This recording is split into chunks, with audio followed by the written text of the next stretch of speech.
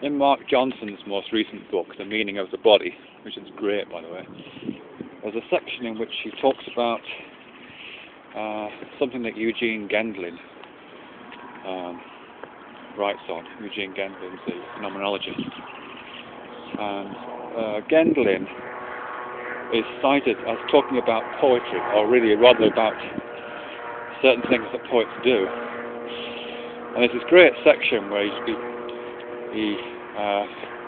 kind of narrates what a poet does when he's looking for a particular line for his poem. And he talks about waving his arms about. He says the poet, I can't remember the exact phrase he uses, but he says the poet waves his arm and holds his arm just this, and waves his arm, and tries out several words first. Tries out this word, tries out this phrase, and each one is rejected. But the hand waving continues until the right phrase is found, and then the meaning proceeds. And he talks about this almost as if the search for the right word, the right phrase, and the hand waving that goes along with it is a kind of arresting in the flow of meaning. That meaning would proceed if it wasn't for this sort of momentary halting, or this momentary moment of kind of elan almost, where something is held for a moment before it's allowed to sort of flow on. Obviously it's held behind a dam, something along those lines. On its own, I think that's just a great observation. It got me thinking about something I've spoken of before on here, which is Maglio and Kirsch's notion of, what's the phrase they use? Not pragmatic action, we call it that. Epistemic action. Epistemic actions are behaviours, actions that we carry out, which outsource cognitive processes to the environment.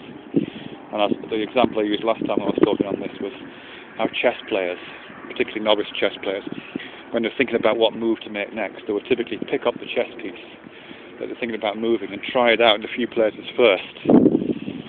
That action serves no pragmatic function, it's purely to assist the cognitive processes of prediction and thinking.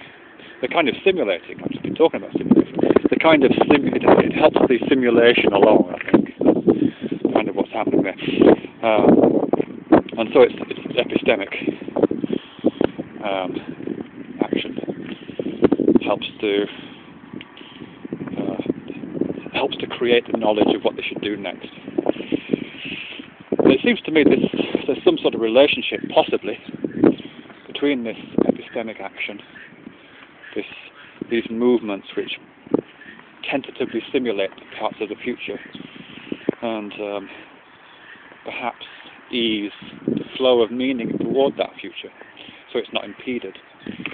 There seems to be a relationship between that and what Gendlin's talking about when he's referring to poets sort of searching in the conceptual space around them with their hands for the word or the phrase which will complete the line of text, which again allows meaning to proceed within the piece of writing.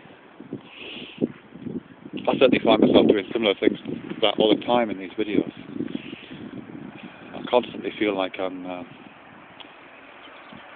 just doing what I'm doing now, really, just sort of held up for a moment.